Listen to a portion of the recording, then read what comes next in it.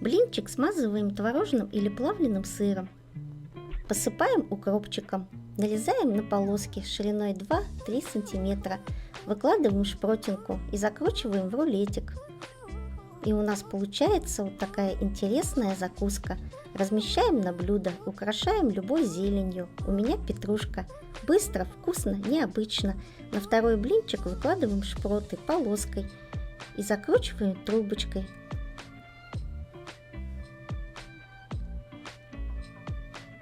Нарезаем на небольшие кусочки.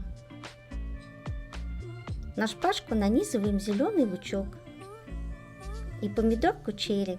И у нас получается вот такой вертолетик. Вставляем и подаем к столу.